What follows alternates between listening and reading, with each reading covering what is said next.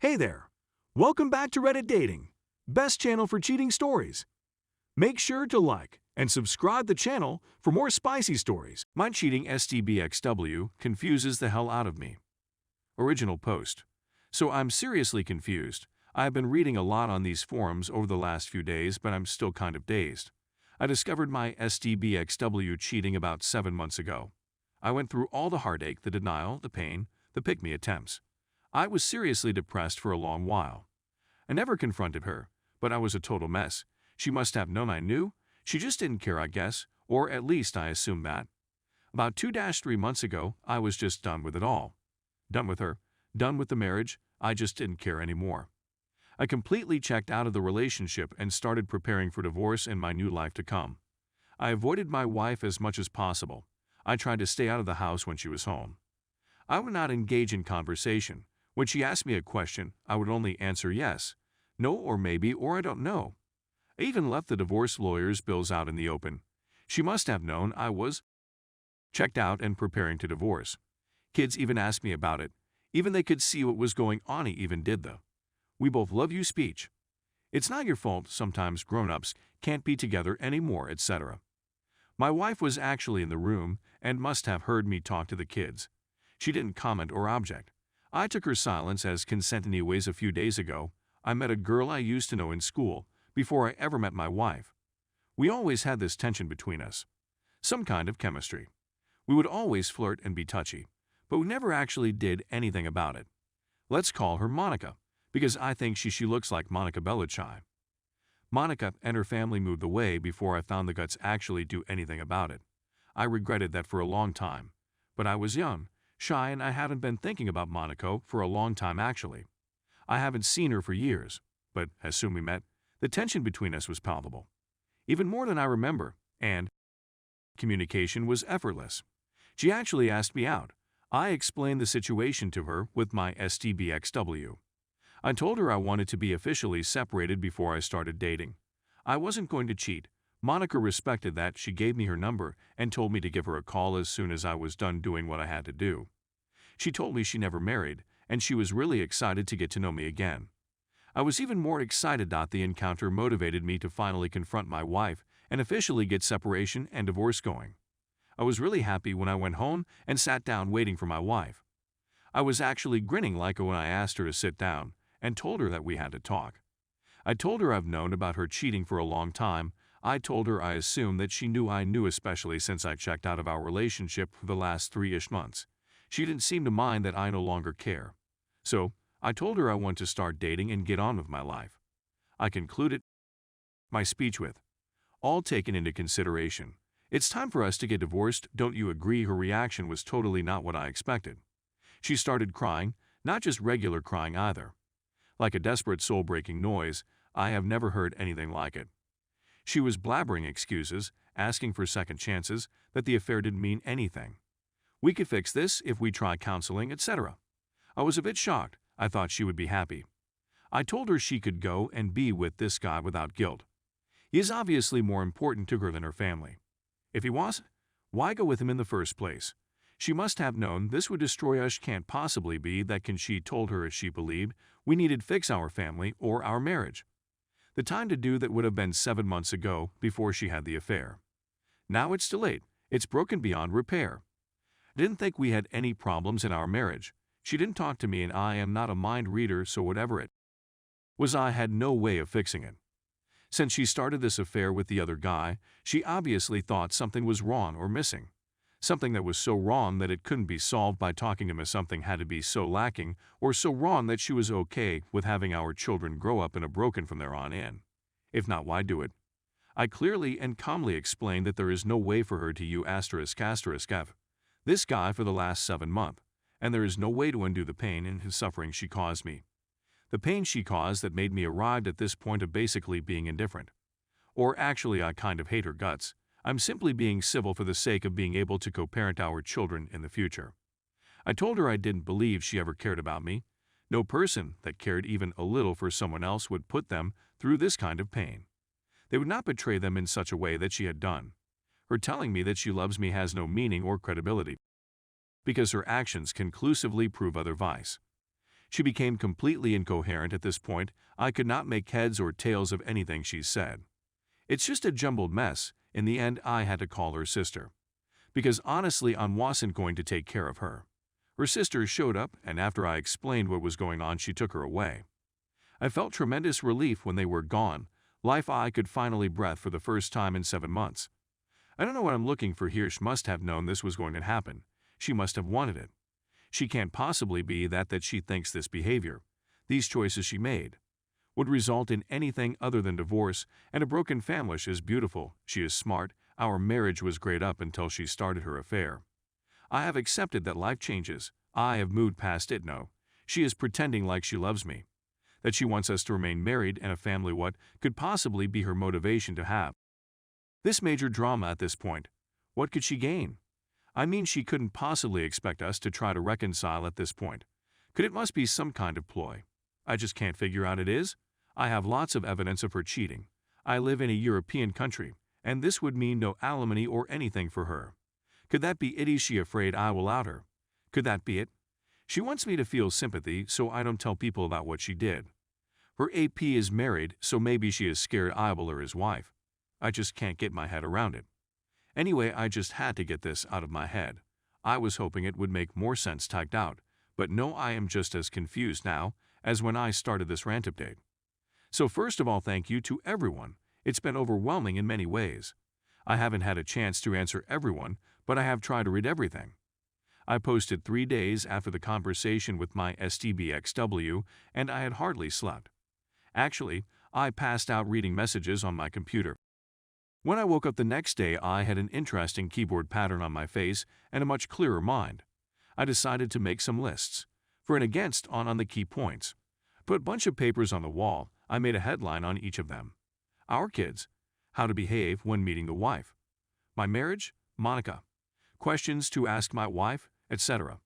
The final document is too big to retype here, so I will just cover some of the main points. My goal was trying to figure out what core principles I wanted in place and what are the most important things that I wanted to focus on. Then I went through each of those and evaluated whether or not I would actually be able to achieve anything meaningful from it, and what would be a meaningful result in the case I got anywhere. As for the kids, they are my #1 priority. I will increase my efforts to help them deal with this. More individual counseling, family counseling. I will arrange trips and spend more quality time together and make new memories. I will also involve the rest of the family on my side to drown them in love and help them through this. I will also talk to their teachers, coaches, etc. I want to make sure their support system is immediate and everywhere. I got an STI test, and I've also booked DNA testing of the kids. Just thinking they might not be mine makes me very uncomfortable, but I have to make sure for their sake. If they're not mine, maybe there is some medical history they need to know about. What if they want to reach out to the real father when they get older?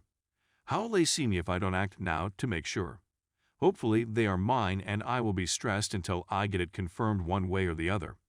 After talking alone to their therapist first, they joined us and we explained everything carefully and let them ask as many questions as they wanted. I repeated over and over and over again that they could come to me with anything. I am their dad. I love them more than anything, and I will always, always be there for them. Whatever they need, no matter what. As for my marriage, I came to the conclusion that I can never trust my wife again. Without trust, it's not possible to have a relationship. I also came to the conclusion that I do not love my wife. I don't love the person she has become. My love for her used a very big part of me, but she killed that with the affair. It totally changed my perception of her. Maybe I could learn to love her again, but to be able to do that, I would have to want that. And TBH, I don't want to. Better to end it and get on with our lives. I no longer want this marriage. I don't want our relationship. I don't want her. The part of me that loved her, the part of me that used to feel endless joy and happiness when thinking about her, that now fills me with dread and memories of pain. Actually, any thought of association with her causes me serious discomfort at the moment.